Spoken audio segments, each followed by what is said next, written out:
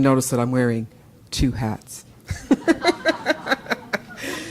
So now we're down to the main feature, which is our speaker for today. And I'm very excited to have Sarah Kleimenhage here. She is Toronto raised and her family is here to support her. Yay! She is an environmentalist, a sustainability advocate who's running for mayor of the city of Toronto. And she has a different, alternative view of what the city of Toronto can be. And she's also a jazz fan. Please join me in welcoming her, Sarah.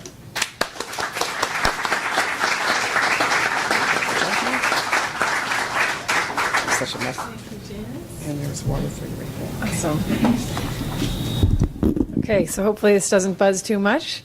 Thank you, Janice, and thank you, Lorna, for inviting me today. Thank you, Lorna, for inviting me today to speak to you all. It's already been a huge pleasure to hear this amazing music and to hear the joys and the concerns and the announcements. I feel like the announcers should be speakers up here. Some of them had some pretty good ways of delivery. So my topic today, as you see on the program, is creating a beautiful, safe, and healthy city by changing the way we move. So in many neighborhoods in Toronto, maybe your own, we are fortunate. We are unique in North America. We do have some wonderful neighborhoods that are safe and beautiful and wonderful to live in. But there are many neighborhoods in Toronto where that's not the case. And the pressures in Toronto, the economic pressures and the population pressures, mean that even our existing neighborhoods are starting to suffer a bit. And transportation is a huge part of that. My premise is that we can dramatically improve the quality of life for everyone in our city if we change the way we move here. And that means everyone from, no matter what your age is, from 8 to 80, from 0 to 100, and no matter what your socioeconomic status is as well. And that is the city that I want to live in, one that's good for everyone. So I want to start by considering how our streets are used. That's where we move. That's what we're talking about today. And I didn't bring any slides. I'm going to ask you to close your eyes for a minute, and that will let you use your imagination to picture what I'm talking about, and it will also let you catch up on sleep if you stayed up last night or if my presentation isn't that interesting. So close your eyes and imagine that we're in 1900. We're on Yonge Street, and picture the street. I looked it up this morning. I looked at several streetscapes. It's packed with people. There's people on foot. There's people with bicycles. There are trams. But the streets are a vibrant place where everyone is a part. Now, fast forward to 1920s. Now, imagine you're in 1920s. Now, cars have made an appearance. So the cars are on the street. They're using a lot of the real estate there. But people are still welcome on the street and expected. People are crossing all over different spots in the streets. People are spilling out over the corners. Bicycles are still on the streets. Trams are on the streets. Now, fast forward to 1950, 60, 70, cars have firmly taken precedence on the streets, and cars are now the dominant mode of transportation, and people have been pushed off the streets. Sidewalks have been created so that there's a designated spot where we are allowed to be. Roads are the domain of cars. Bicycles are increasingly scarce and unsafe. And jaywalking has been created. It was not an offense earlier, but it became illegal to cross the road. So we transformed our streets from public spaces to de facto private spaces, although we're all still paying for them. They're still public spaces. So here we are. You can open your eyes again, or you can keep them closed if you like. We're in 2018. We have a population in Toronto of 2.7 million people, and we're growing by thousands and thousands every year. People are starting to make their way back onto the streets. It's certainly still the exclusive domain of cars, but people are making their way back on. We are seeing bicycles more and more. Even in the past 15 years, I've seen a huge increase in bicycle traffic in my neighborhood, and even in very car-dominant areas like Steeles or Finch, or this area is fairly predominantly car. You're seeing bicycles every day. people are walking across the streets more often. They're on the sidewalk. They're using the street. They're using transit, and even in some areas of the city, like Kensington Market or places where it's possible, people are becoming, it's too many people for the sidewalk, and we're spilling out onto the street. So a shift is happening where people are getting back on the street. But what's not happening, in my mind, is the government and the planning and the mindset of many people is not changing with this. So we still see our streets as exclusively for the domain of the private automobile, without recognizing that A, that's no longer the case, and B, that can't continue to be the case. We simply have too many people. I mean, we could look at this space, for instance. Imagine this is about a one lane of our road. How many people can you fit in if they are in a car? Usually one. And sometimes they'll have their family with them, and it's 5 people, but it's usually one person in that amount of space. Now, if I asked all of you to come up here, we could fit, comfortably 10 people, and in a pinch, probably 20 people. So what we're doing is saying this public space here, you're not allowed here unless you are wealthy enough to own an automobile or unless you are physically able to drive. So we are leaving out all the people who are under 16, all the people who are no longer able to drive, all the people who have other issues like mobility issues or vision impairment that can't drive. All of those people are being told this public space you're basically not allowed to use. It's only for the person who's able to afford the car or who wants to drive as well. And that is not equitable, and it's not fair, and it's also not going to accommodate the needs of our growing city. Even if we wanted to maintain this as the status quo, we cannot fit that many people in Toronto on our streets if that's the way we're going to use our space. So people are suffering who aren't in cars by the current model. But people who are in cars, I'm sure many of you drove. We drove this morning to get here. Driving in Toronto is extremely frustrating. And on an early Sunday morning, it's not so bad. But at any other time of day, and certainly rush hour, is very frustrating experience. Our cars are meant for speed, and that's usually how we want to use them. And we can't in a crowded city of 2.7 million people. We can't for reasons of safety, but we can't because this space is being used, is being clogged with the cars that belong to that number of people. And so no one is enjoying themselves on our streets right now. Drivers are not because they're frustrated, and the rest of the people are not because they're at risk. And I've been campaigning. Janice mentioned I'm running for mayor. I've been campaigning since May 1st, and I ask people, what's the most important issue for you in Toronto? And almost everyone, I would say 95% of people say transportation. Most of those say transit, but even people who don't say transit say transportation, say traffic. It's a huge concern for everyone. So I think we all recognize that it's not really working very well for all of us, the status quo. So creating a beautiful, safe and healthy city, how would changing our mindset, changing our design around transportation improve our city? Well, first of all, it would make our city much safer. It would make our city directly safer, and I think you can all imagine why. The statistics are that someone is hit by a car every 3 hours. Fortunately, most of those are not serious, but that's happening. Every 3 hours, someone is getting hit by a car. And I'm sure many of you have been involved in a near miss, either as a pedestrian, a cyclist, or as a driver, you may have had a near miss. And that's just a common occurrence on our cars, on our streets, and that's not safe. So if we make our streets safer, if we design them to be safe for everyone, not just for cars, we will reduce the number dramatically of fatal and serious instances on our road. So as I said, people are getting hit by a car every few hours, but people are getting killed in a car crash every week, approximately right now. It's the worst it's ever been. And cities like New York and other cities around the world, they've decided that that's not acceptable, and they've adopted something called Vision Zero, and they've had tremendous success in dramatically reducing the number of fatalities, which means it's safer for everyone to get around. Toronto could do that, and Toronto talks about it, and we say we have Vision Zero, but we're not implementing it. We are not actually making our streets safer. We are putting up a lot of signs, and there are signs for seniors, a senior safety zone. Maybe you've seen them. I don't know if you've seen anybody slow down when they see that sign, but I certainly haven't. It's the same around schools. We've created a school safety zone. That does not make me feel any safer for my 3 children who walk to school. The signs are visual clutter. They don't make the streets safer, and it's kind of wishful thinking on our part. We think, if people only knew that they should drive safely, they would slow down. But unfortunately, that's not the way it is. Like I said, our cars are designed for speed. It's what we expect to do when we're in a car. We can have the best of all intentions, but if we're a little bit late, if we're a little bit distracted, a person in a car can easily make a mistake, as can a person on a bike or a person who's walking. So we cannot rely on signs to make our city safer.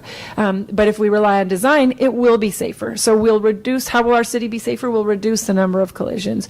We'll reduce the number of fatalities. We'll reduce the number of serious injuries. So we will directly be a safer city.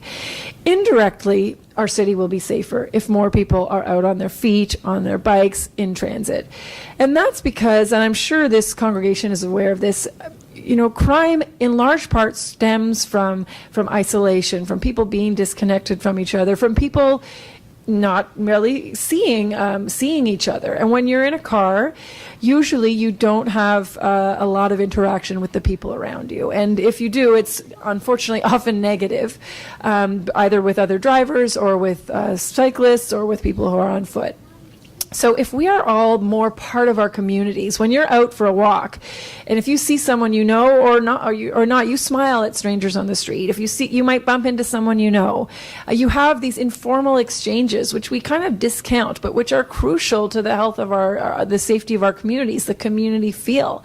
If you're on public transit, whether you make $150,000 or whether you're on social assistance, you're sitting side by side. You're seeing each other. You're experiencing being part of a community. And that makes our city safer. So that's one way. That's another way that changing our attitude around transportation, changing our design will make our city safer. How will changing the way we move make our city healthier? Again, it's fairly intuitive. If you spend most of your moving time in a car, you're not getting a lot of exercise. You're not getting a lot of fresh air. So obesity, all these issues that our society is facing, in large part are coming from we just simply don't move the way we used to. Our children aren't moving, we as adults aren't moving, our senior populations aren't moving. We're not moving enough, and our bodies were born to walk. That's the first thing we do, after we've crawled. So mobility is a crucial part for the human body, and it will, of course, make us healthier. Even if we're taking transit, if we have to walk to the bus stop and then we walk from our bus stop to our destination, we're using our bodies. If it's safe to bicycle, if it's safe to walk, we are able to get more exercise. We don't even have to change a single thing. Just changing the way we get from point A to point B makes us healthier. It also makes, so that's our physical health. Then there's our mental health. Again, I mentioned when you're in your car and you're frustrated with traffic. That's stressful. It's not a good mental experience. When you're cycling or you're walking and you're afraid because you're afraid of, stepping in front of a car or being sideswiped or whatever it is, that's stressful. That's, and we all know stress is extremely bad for our health. I went to the island a couple of days ago with my 8-year-old, and it's amazing to take the ferry over there and to just feel that unconscious weight of stress disappear when I'm with my 8-year-olds. Because when I'm walking with him down the street, there is a constant pressure on me. Where is he? Is he too close to the edge of the road? Is a car speeding by on Bathurst going to mount the sidewalk? Is the car going to turn right? I'm hyper vigilant with him. He's luckily not that worried yet, but I mean he will learn to be. And for me, it just doubles my worry because I know he's a kid and he's just acting naturally. So that constant stress of worry, that disappeared when I got onto the island, and there are no cars on the island, obviously, other than the odd delivery vehicle. to feel that freedom and that safety for my child, it's a huge weight of stress that disappears. Now, I'm not saying we're going to empty the city of cars, obviously, but it points out the stress level when you don't feel safe, even if it's unconscious, to when you do feel safe. So that improvement, that lowering of our stress level by changing the way we move does make us healthier.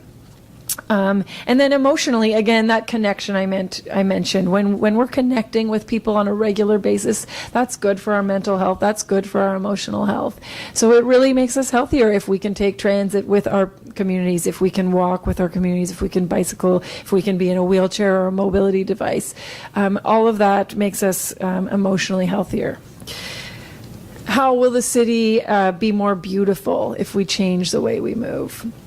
Well, if we look at public streets as not just transportation high-speed corridors, if we look at them as public spaces to be used in a variety of different ways, there are so many opportunities there to make our city more beautiful. And in fact, there's an organization called Parks People, and their mandate is to create more parks, improve community engagement with parks. And they are saying, with a city of 2.7 million people, we need more park space. We need that, again, for our emotional health, for our physical health. But the pressures on the existing parks are pretty great with a growing population. Streets represent an area of potential public use, and we see that with festivals. I don't know if anyone's been to some of the summer festivals in Toronto, but the feeling of those streets when there's a festival on, and open streets, it's on today actually, it was a month ago as well, is when much of Bloor is closed to car traffic and opened to every other kind of traffic, and same with Yonge.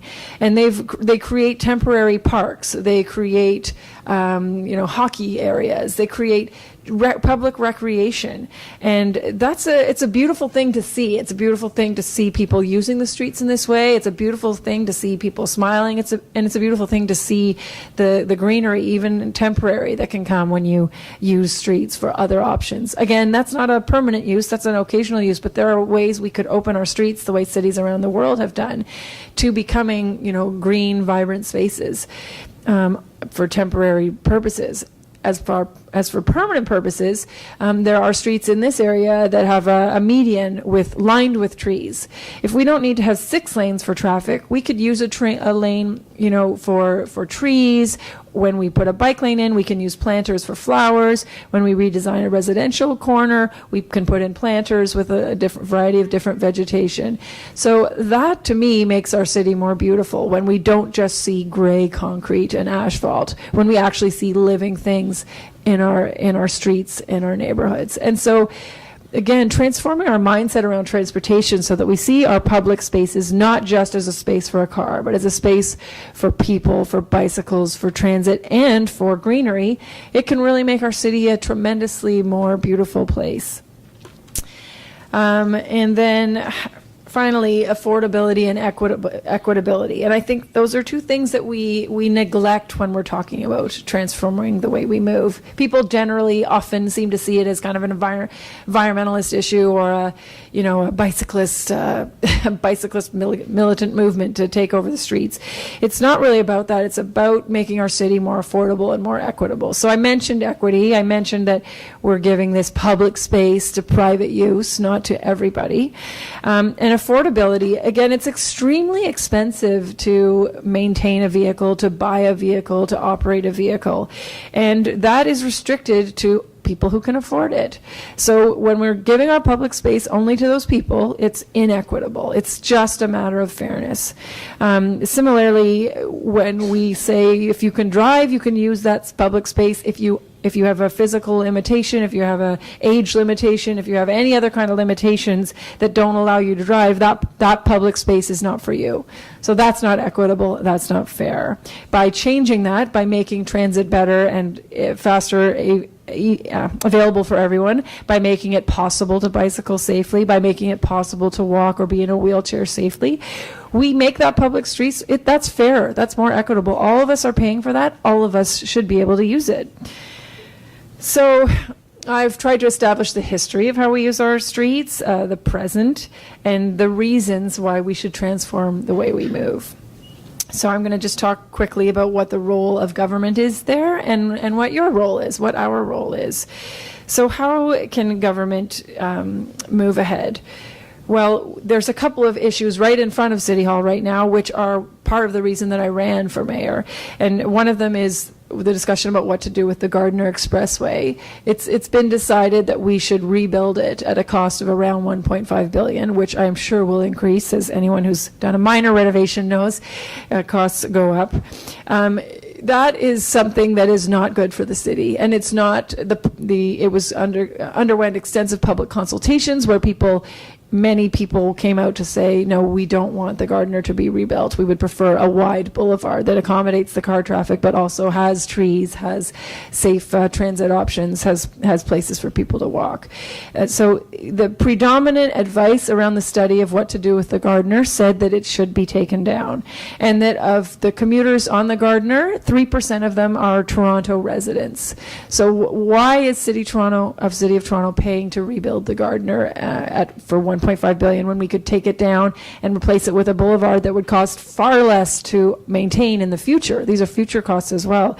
That would be better for our health, for our environment, for mobility in general, and it would, I feel would make the city more beautiful by opening up that space. So that's one area where the government, it was a very close vote, and I believe with new leadership we could reopen this debate and take it down once and for all. Other cities around the world are doing this as well.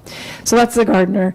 The next is Yonge Street. Yonge Street is due for a reconstruction at Shepherd, between Shepherd and Finch, and it's going to cost about $20 million or so estimated to reconstruct it, and it's an opportunity to change Yonge Street. And the people in North York, starting with Mel Lastman, said we should have a downtown core in North York. It shouldn't just be, Yonge and Dundas. Our residents, it's been an area that's experienced tremendous growth. They want sidewalk patios. They want to be able to walk. They want a downtown of their own. So why does Yonge Street have to be a transportation corridor alone?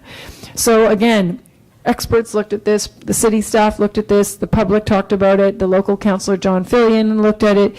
Everyone came to the conclusion that Yonge Street between Shepherd and Finch should be 4 lanes, not 6, should have wider sidewalks, should have a protected bicycle corridor, and that this would be a benefit to everyone.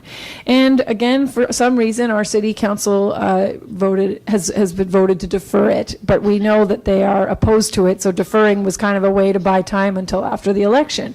So this is really an election issue, is how are we going to spend our money, our tax money, and how are we going to develop our city?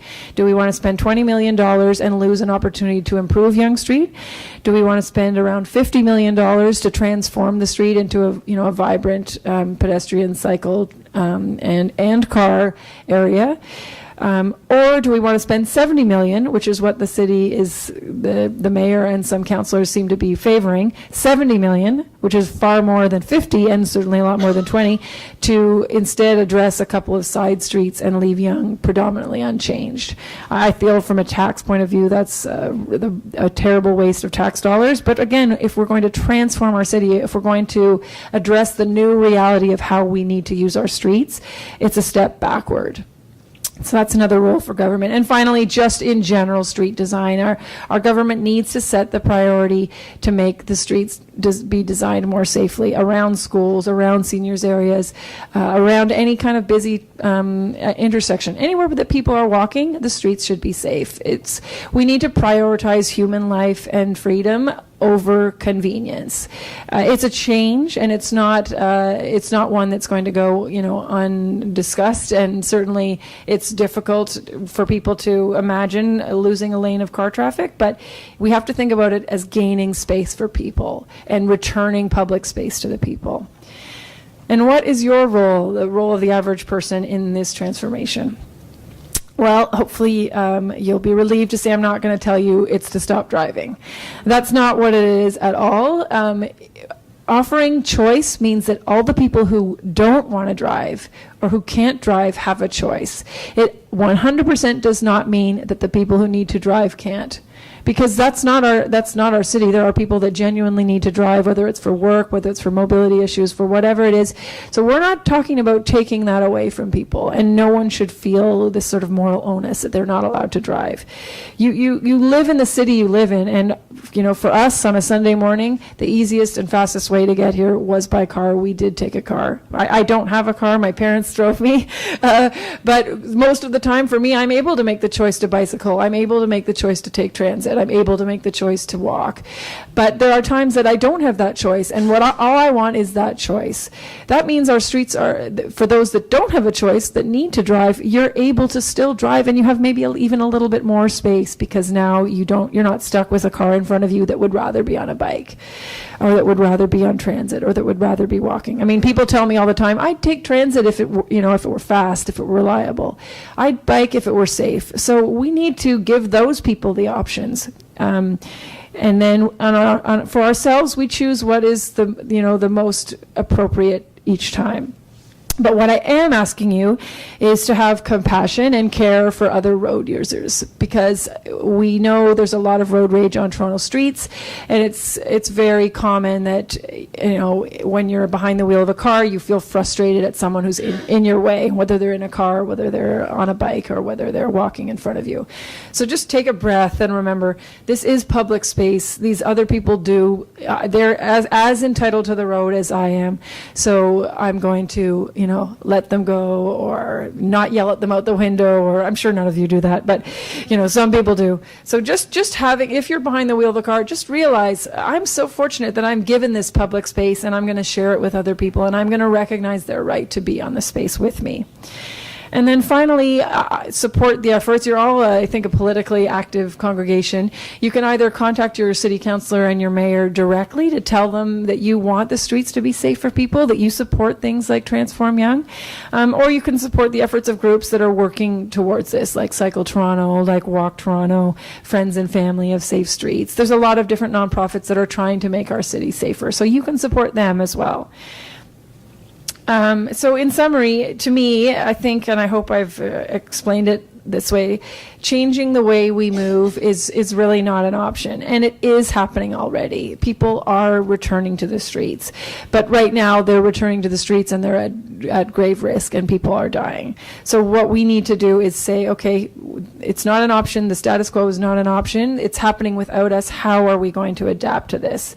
And it's really our mindset that needs to accept this and work with the change and not fight it. And I think it's entirely possible. I think there are so many wonderful reasons to embrace this transformation. And I think together we can make it happen. So thank you very much again for having me here. I really appreciate it. And if you have any questions, just let me know.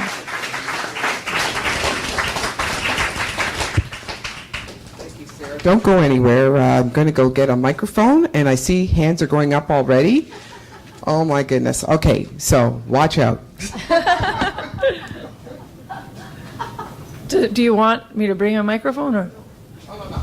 Oh, you've got it. Okay. Yeah, I get to walk around with it. I'm just going to start here because it's closest. I do see it. That was great. Thank you. And thanks so much. Question one, toll roads, yes or no? Yes. The province, unfortunately, is a bit of a barrier when it comes to that. The reason I support toll roads is because, again, we are talking about how, it's a tremendous expense to the public of maintaining our roads. And what toll roads can do is they can, as long as you direct the money appropriately, toll roads, the money should not just go into general revenue. It has to go into improving the other options, because it's not fair to charge people without giving them good transit. And I think that's been a lot of the resistance against tolls in the past has been, you want me to, be on a bus for 2.5 hours rather than a car for 25 minutes. So we need to say we're putting tolls in, but it's so that we can fund transit adequately. The other benefit of toll roads is they make driving better. I mean, if anyone's taken the 407, it's very expensive, and that's a private model that I'm sure we could improve, but it saves time. So I think we need to ask ourselves as a society, do we want to spend our time, which is more valuable, our time or our money. And I do believe that toll roads have a great promise and can be adjusted. There's road pricing has been done all over the world. It can be adjusted, but it is a way to both fund transit and make driving a little smoother and more convenient, because people will only choose to use it if they have to. Thanks. Another short question.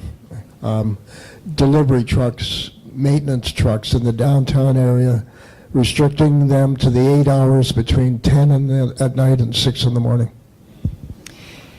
Certainly that's not something I would have a problem with. I think whenever we are going to make a change that's affecting the businesses in the core around the city, we just have to make sure we do it with them, and we talk about the need, why we need to do it, and then figure out what's the best way of doing this that's going to have the least impact. The stores, there's again, once our streets are safer, there are great cargo bike delivery options. Now, you're not going to deliver a freighter full of goods, by bicycle, but you can deliver a lot more. And, we've already seen Foodora and a lot of bicycle delivery services doing restaurant deliveries. But there are other delivery services that can happen with bicycles, in fact. So, especially in a dense city like Toronto. So I think there's reasons to look at delivery times, maintenance trucks times, the size of the trucks that were, even things like fire trucks and garbage trucks. Toronto orders those, and they order them of a certain size. We can be talking about how big those are to be less disruptive and less dangerous.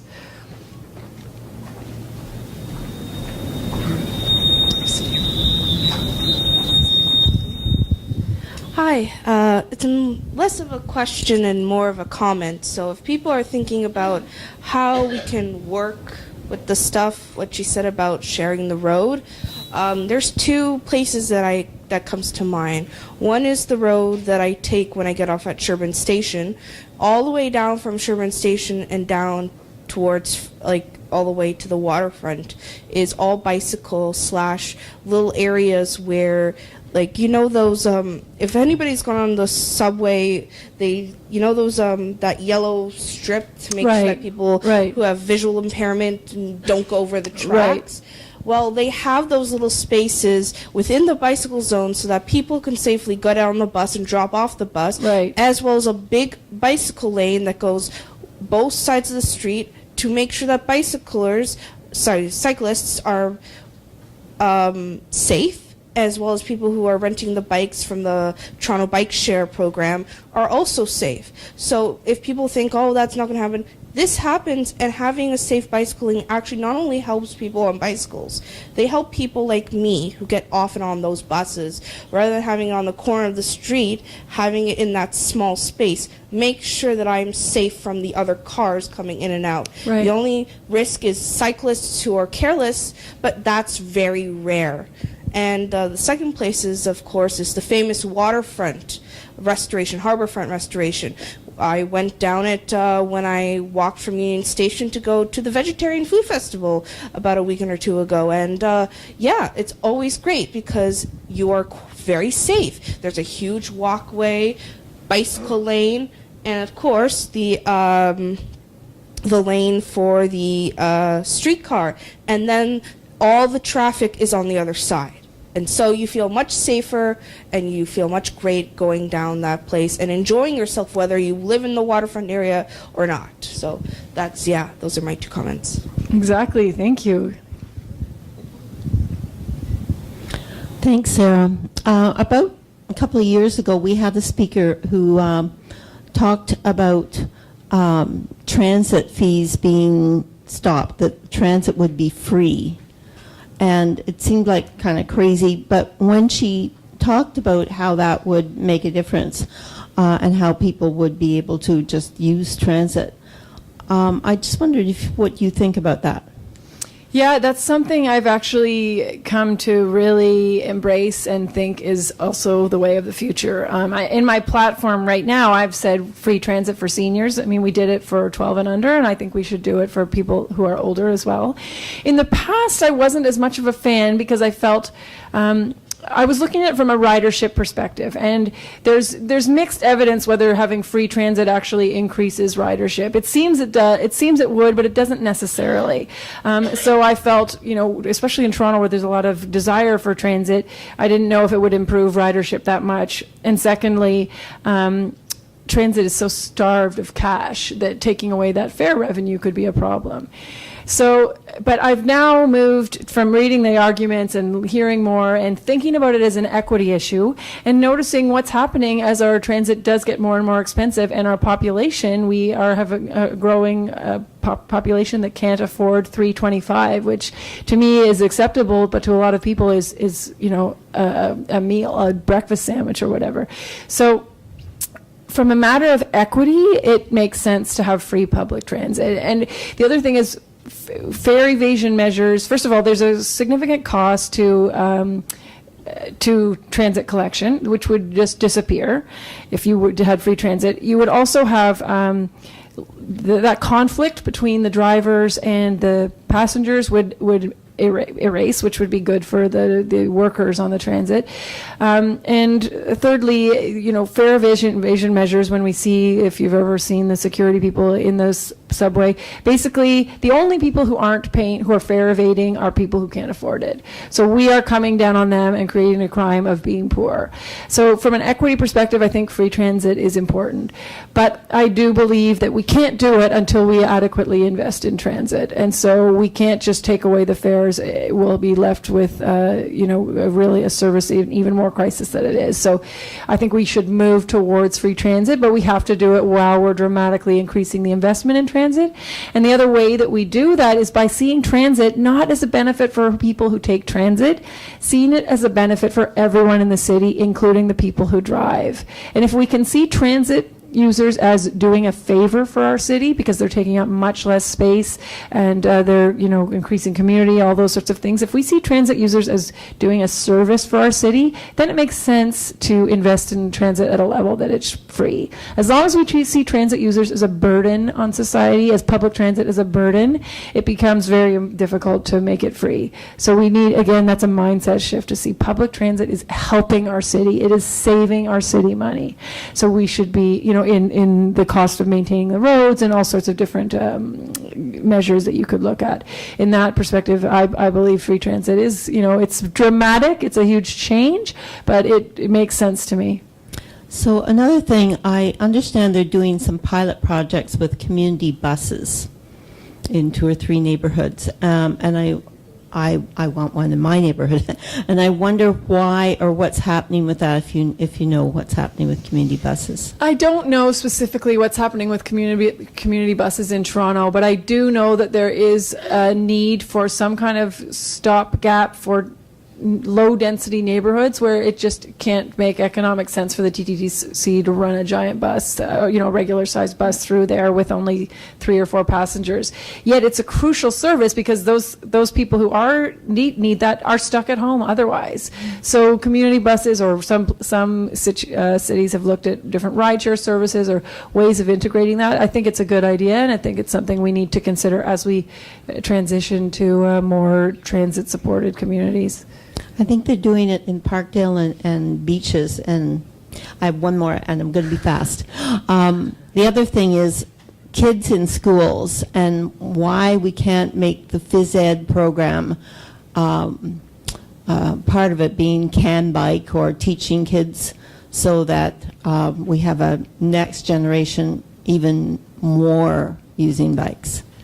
100%. It's a great idea, and I would feel so much better to have my children have taken that. I took a CAN bike course. I can tell you it transformed how I cycled.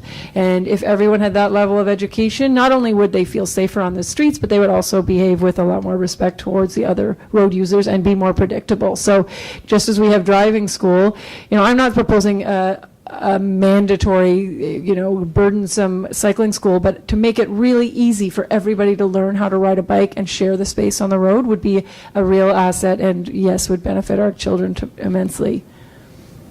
Sarah, thank you so much for your talk. It was very interesting. I'm looking forward to being carless in the next few months because we'll be moving to a place where there's decent transportation. Right now we live in one of those areas where, 2.5 hours on the bus would get me to Yonge and Bloor. Right. So one of the things I did was sit down and just figure out kind of casually how much it costs me to have a car. So I'm driving an old car, it's completely paid for, blah, blah, blah.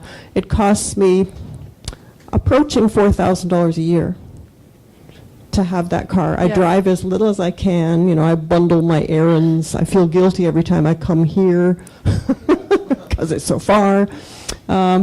But, you know, with that $4,000 or $3,500, whatever, I could do a lot of, you know, Ubers and transit. And so part of the problem, I really think we need to stop talking about and spending money on programs that allow people like me to become a 95-year-old invalid in my 3-bedroom suburban house. Uh-huh. How is that a good use of money? Right. Some young family could use my 3-bedroom suburban house. I should be in a place that I can afford, that I can manage, you know. It doesn't have tasks that I can't do. And so whenever I hear politicians talk about programs to allow people to age in place, I think, no, age in a place where you can manage, Right. you know. And so there are a lot of things like community buses. If there weren't a lot of seniors living in big houses in the suburbs, the need for things like community buses would be lower. You know, people who live there would be able to walk to the bus stop or whatever. So there are a lot of things I think that we need to think about in a different way.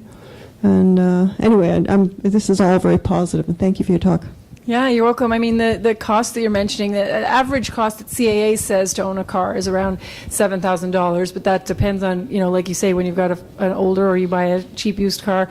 The problem with car costs is often it's sort of hidden. And once you have a car, you're going to use it, or you feel like using it. It feels like a waste to have it just sitting in your driveway or on the street. So it feels free to get in your car and go for a short trip, whereas it's not free to get on transit, or it's not free for time. So that cost of cars, I think, is something that we also need to just talk about how costly it actually is. And for sure, housing and transit are so closely linked, and not everybody can afford to move to a place where, it's ironic, we're actually creating a city where you need to be wealthy to not have to own a car. So that's ridiculous. So housing and transit are linked, and for those low density areas that you're talking about, part of the solution is a housing solution, you know, and working with city council where there's a huge need for housing, to have housing where it's transit supportive. So you don't have to pay $3 million to move to the annex and walk around the rest of your life. You need to have places, the whole city be built in such a way that supports choices for people. Sarah, I think if side streets were 30 kilometers an hour, the way they do in New York, their Vision Zero would be more possible.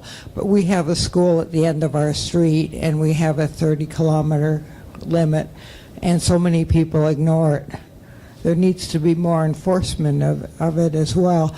But another issue, as you said, housing is involved. We have the continuing impoverishment of this city. I think they said 1 in 3 children is below the poverty line in the city right now.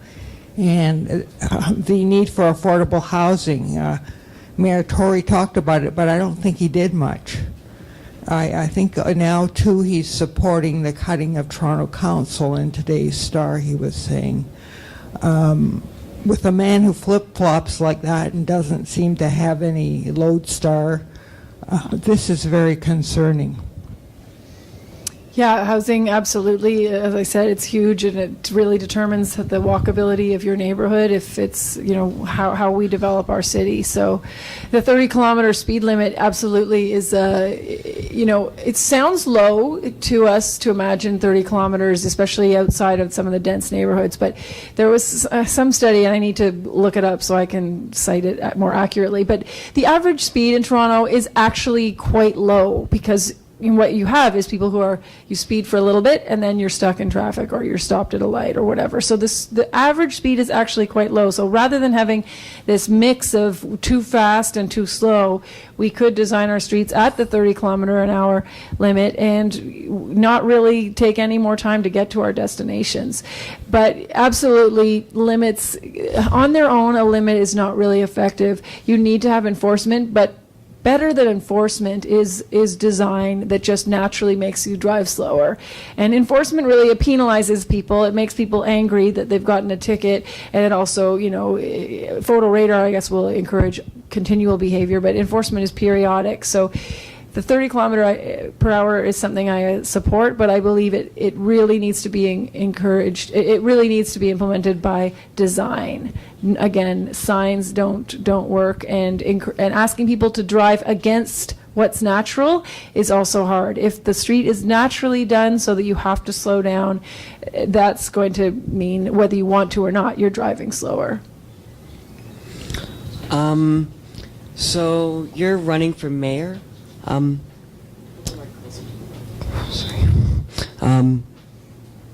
you going to be joining the Conservatives or the NDPs or Liberals? Or are you just going to be doing your own thing? Yeah, that's a great question. City politics, city government is supposed to not involve any parties. It's supposed to be independent.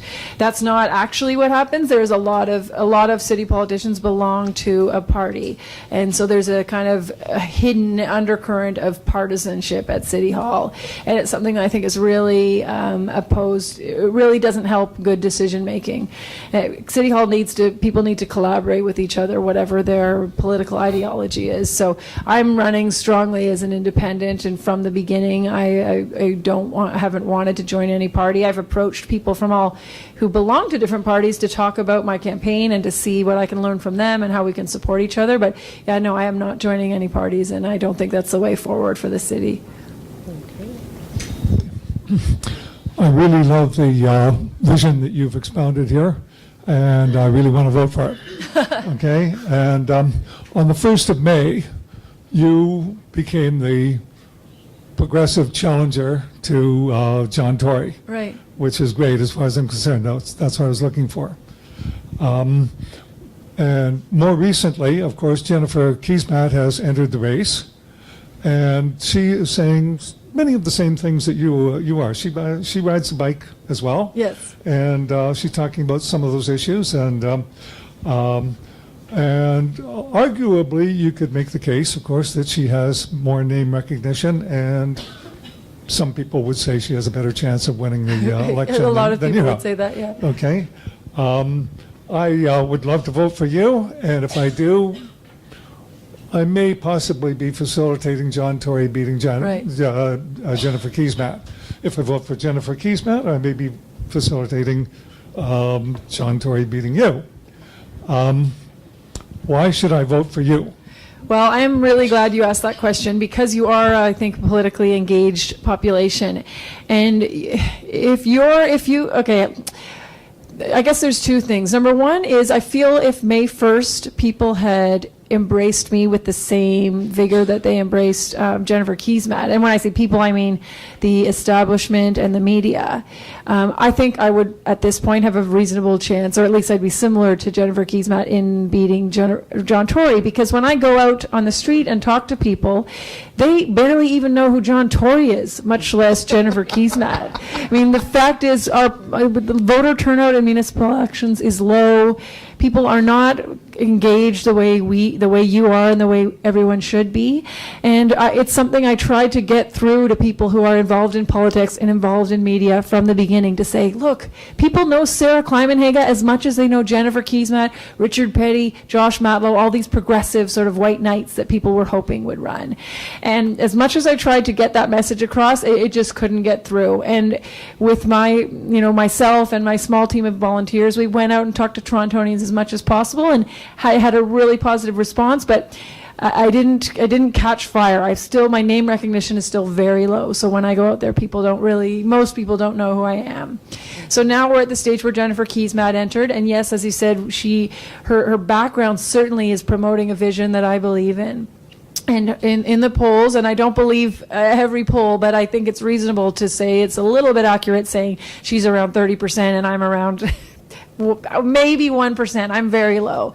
So when I talk to a population like you, I would have to say that, anything can happen, and that's why I'm still in the race, because I think anything can happen. I think it's important to keep more voices in the democratic process. But if we get to the day before the election and Jennifer Keesmaat is still high in the polls and I am still very low, I recommend you vote for Jennifer Keesmaat.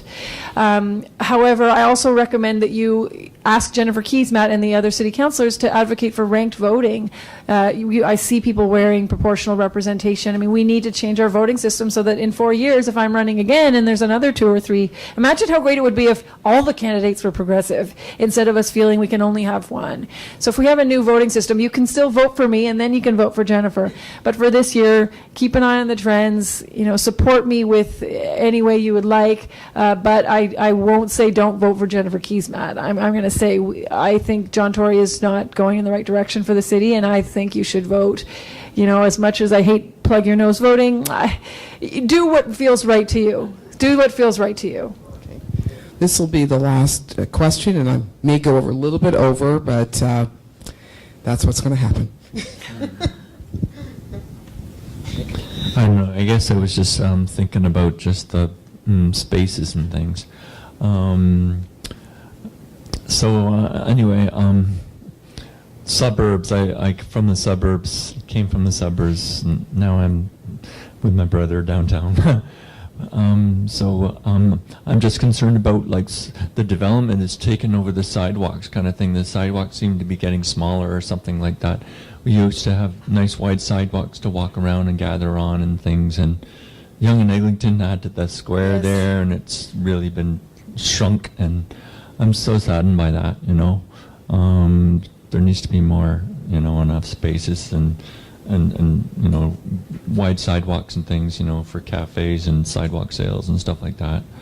Over in the suburbs, it's beautiful. If you drive along Victoria Park or Shepherd Avenue, York Mills or whatever, there's large expanses of grass and trees and everything, but we're losing it because they're building the condos right next to the sidewalks.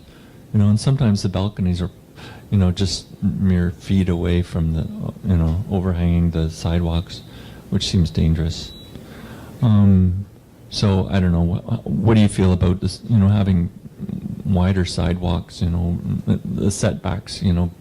Being, wide enough. Yeah, again, it's to me, you're raising a good point, and I totally agree about Yonge and Eglinton. It's so sad to have lost that public space. We just have to keep saying this is, we need public gathering places. It's good for our city. We need places where people feel comfortable to walk. We need trees. We need greenery. So, when we're looking at how to use that space, we have to keep people in mind first. And so wider sidewalks or, again, a bicycle lane with trees and then the cars, or transit priority. There's so many different ways to design a street to allow for a wide, relaxed pedestrian environment so that you don't feel like you're on a narrow strip at risk of falling in front of a 70-kilometer-an-hour car. I think the reason to have condos close to the sidewalk is so that you don't have to walk 300 meters to the condo. So there's a reason. 100%. But, like shopping malls, there's a lot of places where a giant setback isn't that great. And so, that's not to say we need to take away the trees and the lawn or anything. It's just to say we need to develop in a way that makes, the entrance really close and easy to get to, but also always is increasing the space allotted to green space whenever possible and to pedestrian space. And if it means that we increase the sidewalk into the road space, or we make the road lane a little more friendly, lower speed, that sort of thing. Those are all ways that we can improve that environment for people who are walking or in their wheelchairs or around. Yeah. Thank you. Thank you very much, everyone.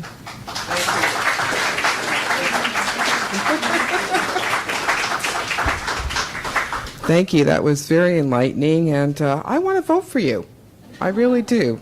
Thank you for coming and speaking today.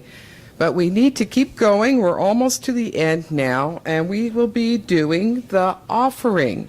So those